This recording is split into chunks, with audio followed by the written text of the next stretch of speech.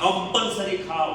તમે જો માછલી જે નથી ખાતા ને, સમુદ્રની માછલી, એ લોકોને તો કમ્પલસરી વેજ ઓમેગા ખાવું જ જોઈએ.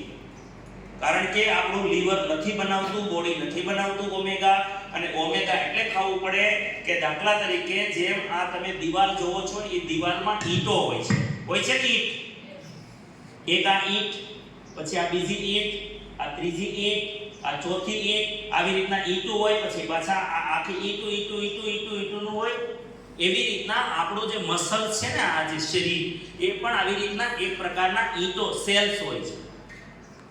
એમાં એક બને છે, એમાં ઓમેગા 6 હોય. એકમાં 3 હોવું જોઈએ, એકમાં 6 હોવું જોઈએ, એમાં 3 હોવું જોઈએ, એકમાં 6, એકમાં 3, એકમાં 6, એકમાં 3. જો આ રીતનું સ્ટ્રક્ચર હોય તમારા શરીરમાં, તો તમે આરામથી 100 વર્ષની ઉંમર થઈ જાય ને, તો જે આજ હું ચાલું છું ને, આવી રીતના અમિતાભ બચ્ચન 80 વર્ષે ચાલે છે, આવી રીતના તમે ચાલી શકશો.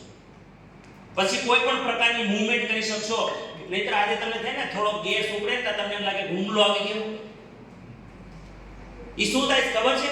ઓમેગા નથી, ઓમેગા 3 નથી.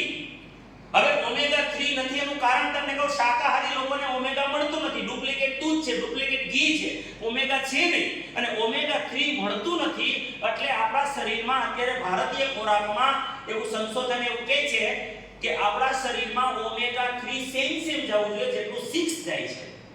પણ ઓમેગા 3 ની સામે આ દેશમાં 15 ગણું ઓમેગા 6 જાય છે શરીરમાં. ઓમેગા 3 ની સામે 15 ગણું ઓમેગા 6 જાય છે. એટલે તમારી બધી ઈંટોમાં શું બેસી ગયું? 6.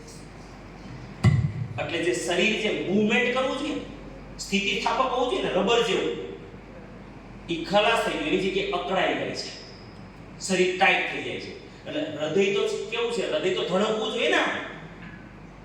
હવે ઓમેગા 6 એમાં ઈ ઓમેગા 6 નું બનેલું છે, ઓમેગા 3 છે નહીં. એટલે તમને સામાન્ય ગેસ થાય ને, એટલે થોડું કંઈ પ્રેશર આવે ને હૃદય ઉપર, એટલે તમને એમ લાગે હુમલો જ આવી ગયો.